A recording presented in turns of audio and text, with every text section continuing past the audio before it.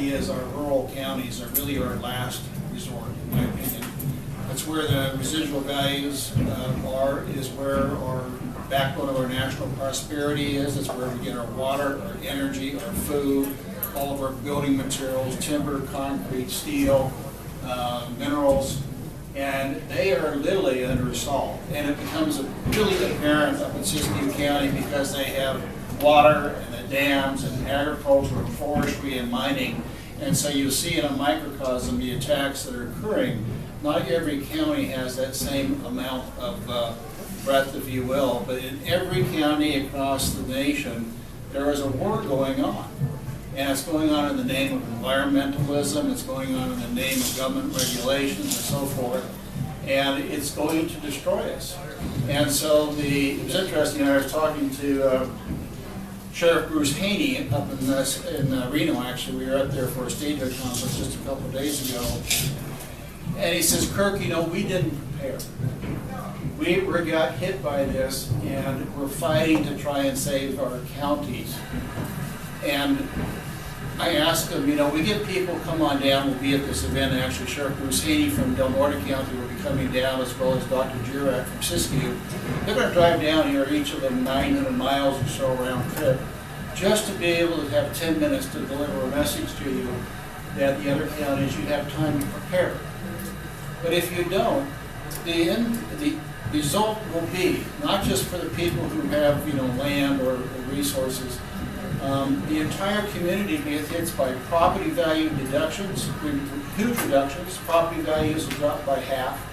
School enrollment has dropped from 8,500 to 3,500.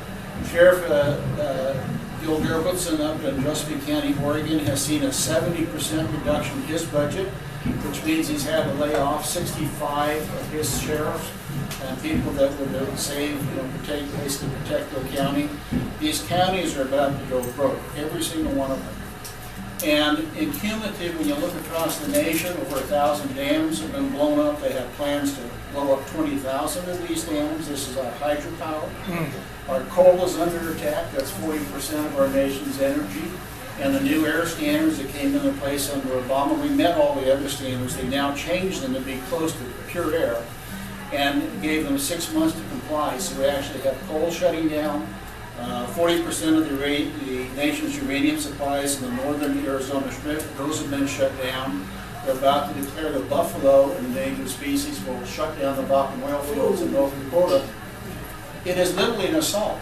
And what's going to happen is if this happens and we become increasingly dependent upon food and building materials and so forth from foreign nations, including China and India, we basically are going to see a further decline in our prosperity, an increasing amount of debt that will never be repaid, and we're going to be seeing a loss of our sovereignty and, frankly, our national security.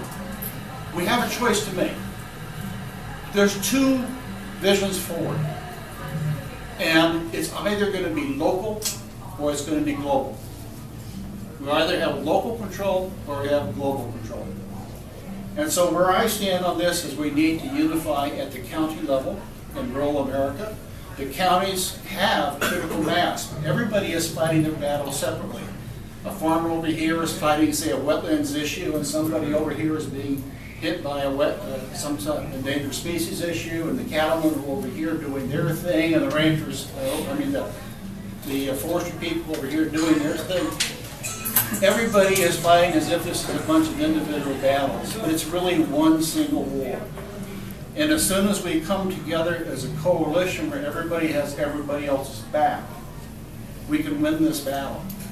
And so this is the message, and we're bringing this to a lot of counties. And so within the counties, we're bringing together coalitions of the people and the organizations who are already fighting fights and getting them to understand each other's issues and help each other much more than they have been in the past. And then we're stringing these counties together through a communication backbone that's being built. We have 58 counties in California. I believe that we can win 48 of those.